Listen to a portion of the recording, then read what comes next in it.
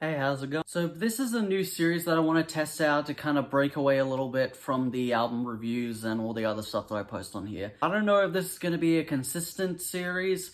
This might just be a one-off, but I'm just gonna give it a name now, so I won't have to in the future. So welcome to my brand new series, Recording the Beatles, where, you guessed it, we go through the history of Beatles songs and their recording. So for this first episode, we're going to be taking a look at the band's last single and title track of their last released album, 1970's Let It Be. So, let's get into it.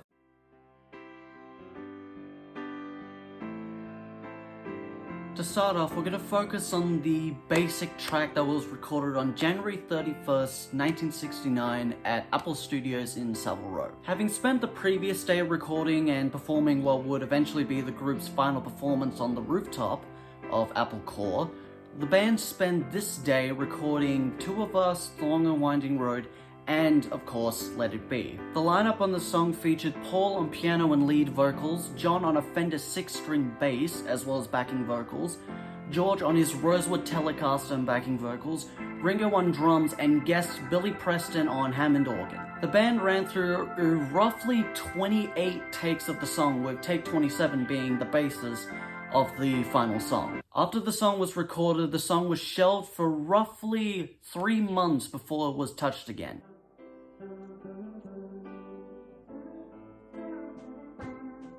Having already started recording their next studio album, Abbey Road, by this time, the Beatles returned on April 30th, 1969 to overdub a new guitar solo onto Let It Be. The solo was again recorded by George and again on his Rosewood Telecaster through a Leslie speaker, which was typically saved for organs but had been used by not only the Beatles but various other artists like Jimi Hendrix and Eric Clapton. This solo can be heard on the single or past masters version, which was released in the UK on March 6, 1970, and was the last single that the band released as the Beatles. Now we come to the final session for the song Let It Be, as well as the final session of the Beatles as a group, at least until the 1990s with the Anthology series.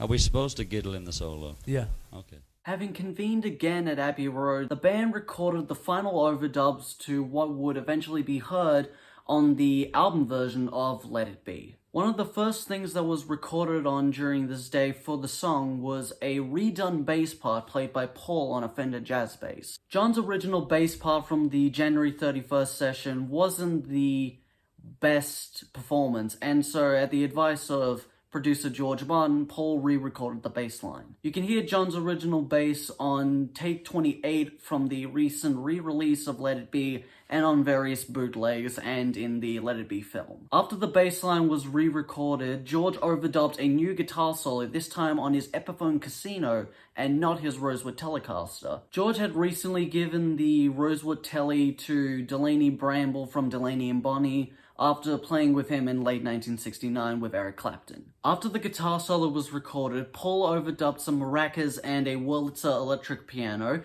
Ringo added some extra drumming. Paul, Linda, and George triple-tracked some vocal harmonies, and George Martin added some brass and string arrangements to the song. Also, side note, as I was just filming this, I went upstairs to get some food after I took a quick break. And guess what came in the mail? Can't wait to do a video on this book in a little bit. Oh man. So that about does it for this video. I hope you guys enjoyed. Again, I don't know if this will be a one-off or this will be a consecutive series. But I hope you guys enjoyed. If you have any other Beatles songs that you want to know, I guess, the recording of, just leave them in the comments. Anyways, I'm going to go read this because I'm excited for this. So until then, I'll see you guys in the next video. Take care.